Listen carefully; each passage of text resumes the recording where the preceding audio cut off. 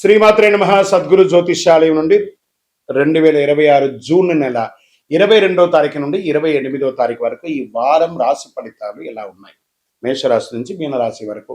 ప్రతి వరకు ఒకరికి ఒక క్యూరియాసిటీ, నాకు ఈ వారం ఆరోగ్యం ఎలా ఉంటుంది, ఉద్యోగం ఎలా ఉంటుంది, వ్యాపారం ఎలా ఉంటుంది, నా జీవితం అంతా ఎలా ఉంటుందని తెలుసుకునే ఒక తాపత్రయంలో మా ఛానల్ చూస్తున్నటువంటి మిత్రులారా, చూస్తున్నారు కదా, సబ్స్క్రైబ్, ఒక లైక్, ఒక షేర్, ఒక గంట గుర్తు కొట్టేద్దామా? రైట్. ఇక వ్యవహారానికి వెళ్ళేటప్పటికీ ఈ వారం అంతా కూడా గ్రహాలు ఎలా ఉన్నాయి, ఫస్ట్ గ్రహాల యొక్క స్థితిని బట్టే కదా ఈ వారం అంతా ఎలా ఉంటుందో చెప్తాము. గురు భగవానుడు కర్కాటకలో ఉచ్చ స్థితిలో ఉన్నాడు, అద్భుతాన్ని ఇస్తున్నాడు. శని మీనరాశిలో వక్రగతిలో ప్రభావం చేస్తున్నాడు. కుజుడు సింహరాశిలో ఉండడం వల్ల ధైర్యం, రాజకీయ నాయకత్వ అంశాలు జరపబడుతున్నాయి. రాహు కుంభంలో, కేతు సింహంలో ప్రభావం చెబుతున్నారు.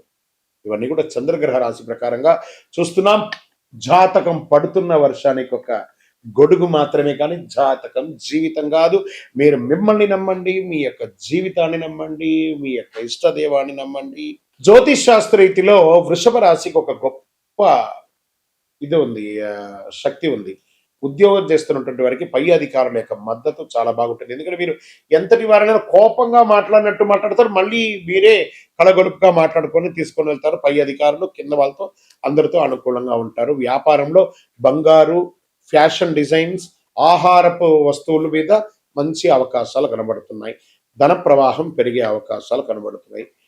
ఇంకా ప్రేమికులకి వివాహ చర్చలు మొదలవుతుంది. వివాహమైనటువంటి బంధువులు, అన్నదమ్ములు, అక్కచెల్లెలు, భార్య పిల్లలు అందరూ కూడా కలిసికట్టుగా విహారయాత్రకు వెళ్ళే అవకాశాలు కనబడుతున్నాయి.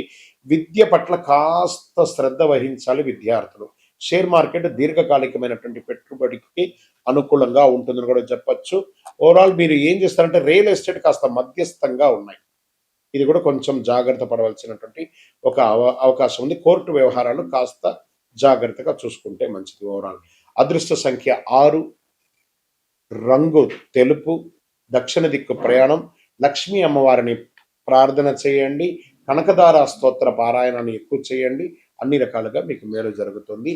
బియ్యము, నెయ్యి, పాలు, పెరుగు లాంటి తెల్లటి వస్తువులు దానం ఇవ్వండి, అద్భుతమైనటువంటి ఫలితాలను పొందుతారు. ఇంకను మీ యొక్క వ్యక్తిగత జాతకం తెలుసుకోవడానికి మీ పరిసర ప్రాంతాల్లో ఉన్నటువంటి గురువుల్ని సంప్రదించండి.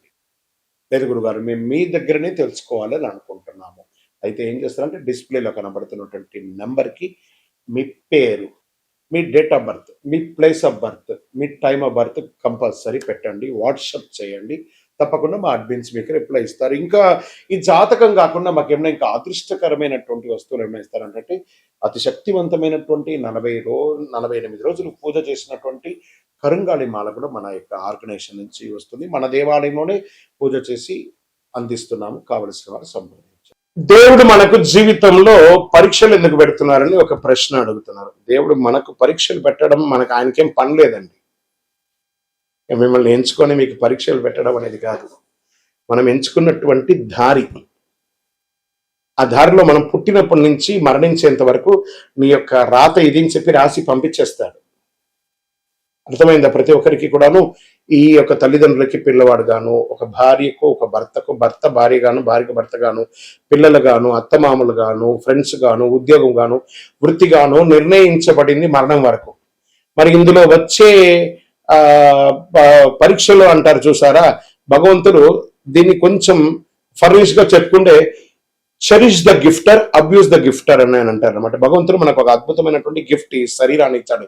దేహో దేవాలయ భక్తి అని చెప్పేసి ఒక జీవితాన్ని, మానవ జన్మనిచ్చాడు. ఇందులో మనము చక్కగా పరోపకారార్థి ఇదం శరీరం అనుకుంటూ మనం చేయాల్సిన కార్యక్రమాలు చేసుకుంటూ ఇతరులను చేసుకుంటూ పోతే అన్ని రకాలుగా ఉంటుంది. ఎప్పుడైతే మనలో స్వార్థం అది వస్తుందో, ఆశ అవన్నీ పెరుగుతుందో, అప్పుడు దారి తప్పుతూ ఉంటాం. ఆ దారి తప్పినప్పుడు అవసరాలు పెరుగుతాయి. ఆ అవసరాలు తగ్గట్టుగా అవకాశాలు ఉండదు. దానికి అప్పులు చేయడము, లేకపోతే ఇతరులను ఏమార్చడము, సమాజంలో ఇబ్బంది పెట్టడము. దాన్ని మనం ఏం చేస్తాం, భగవంతుడు నాకే ఇన్ని కష్టాలు ఇస్తావా అని భగవంతుడిని బ్లేమ్ చేయడం. ఆయనకి ఏమైనా పన?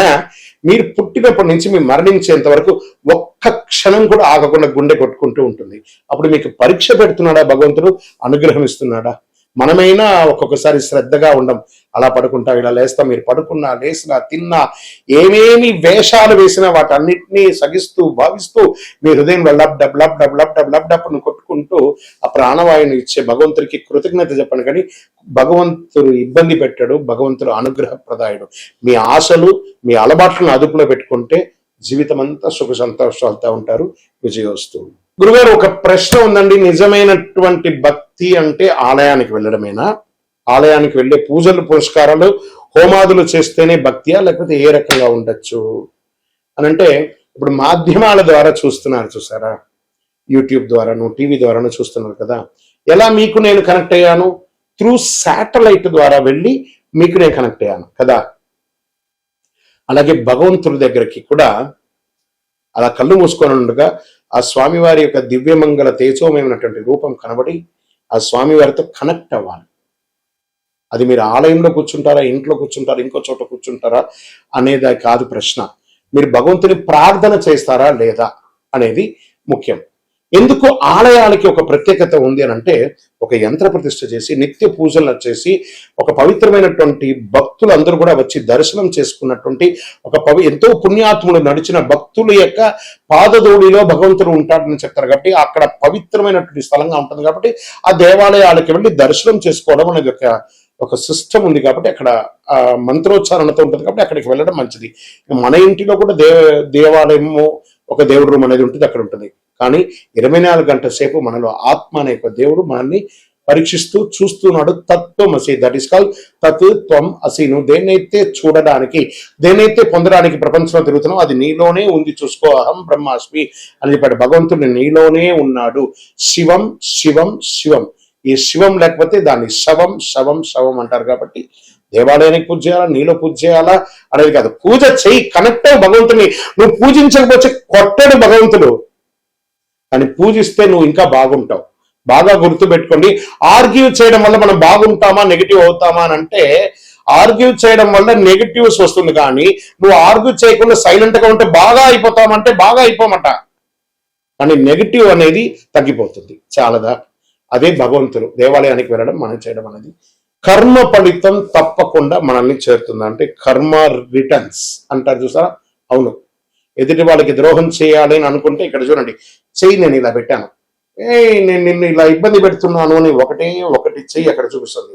ఇక్కడ 1, 2, 3 వేళ్ళు నిన్ను చూపిస్తుంది. పైన భగవంతుడు చూస్తున్నాడు. 3 వేలు సమాజం నిన్ను చూస్తుంది, భగవంతుడు పైన చూస్తున్నాడు.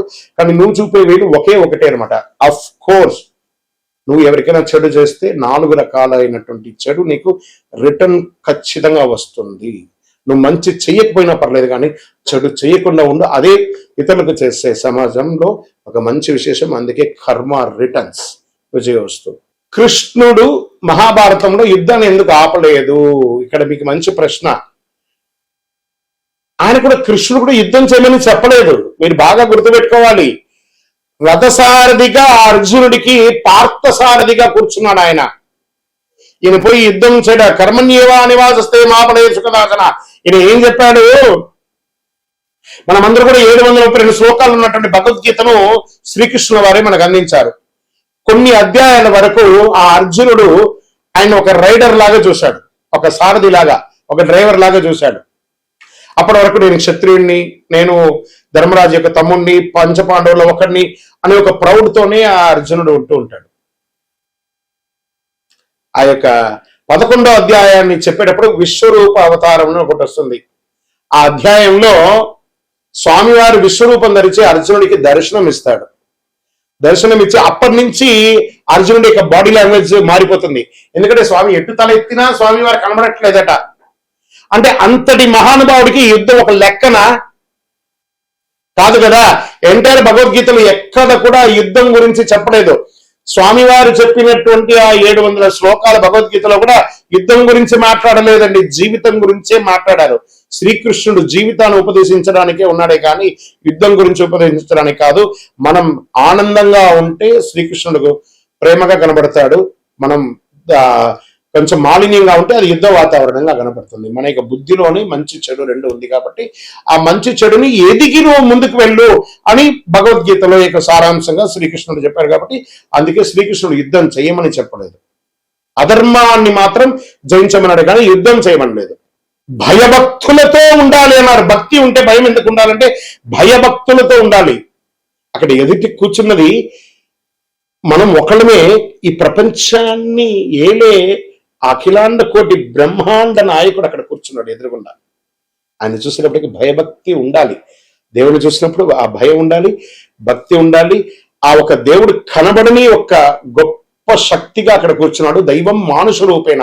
అది ఎలా కనబడుతున్నాడు? తల్లిదండ్రిగా, గురువులుగా, సమాజంలో పెద్దవాళ్ళుగా, అర్చకులుగా, ఆరాధులుగా ఉన్న వాళ్ళని అందరినీ కూడా ఒక ప్రేమగా చూస్తే సాక్షాత్ భగవంతుని చూసినట్టుగా ఆ భయభక్తితో ఉండాలి అని అంటారు. ఆఖరికి మనకు విద్య నేర్పించిన టీచర్ దగ్గర కూడా భయభక్తులతో ఉండాలి. అదే దేవుడికి ఇచ్చే మన మర్యాద, విజయవస్తు. మనిషి యొక్క గొప్పతనం ధనంలో ఉంటుందా, ధర్మంలో ఉంటుందా అంటే పరోపకారార్థే ఇదం శరీరం. ఇతరులు బాగుండాలని ఎవరైతే కోరుకుంటారో వాళ్ళే దేవుళ్ళు. మంచి గుణం వాళ్ళ దగ్గరే ఉంటుంది. డబ్బులు సంపాదించాలి, డబ్బులు అవసరం ఉంది. ఆ డబ్బులు క్షేత్రస్థాయిని పెంచే విధంగా ఉండాలి కానీ క్షేత్రాన్ని నాశనం చేసే వాళ్ళ దగ్గర ఉండకూడదని చెప్తారు. కాబట్టి మంచితనంతో ఉన్న వాళ్ళు అందరూ క్షేమంగా ఉండాలి మనస్ఫూర్తిగా కోరుకుంటారు. విజయవస్తు.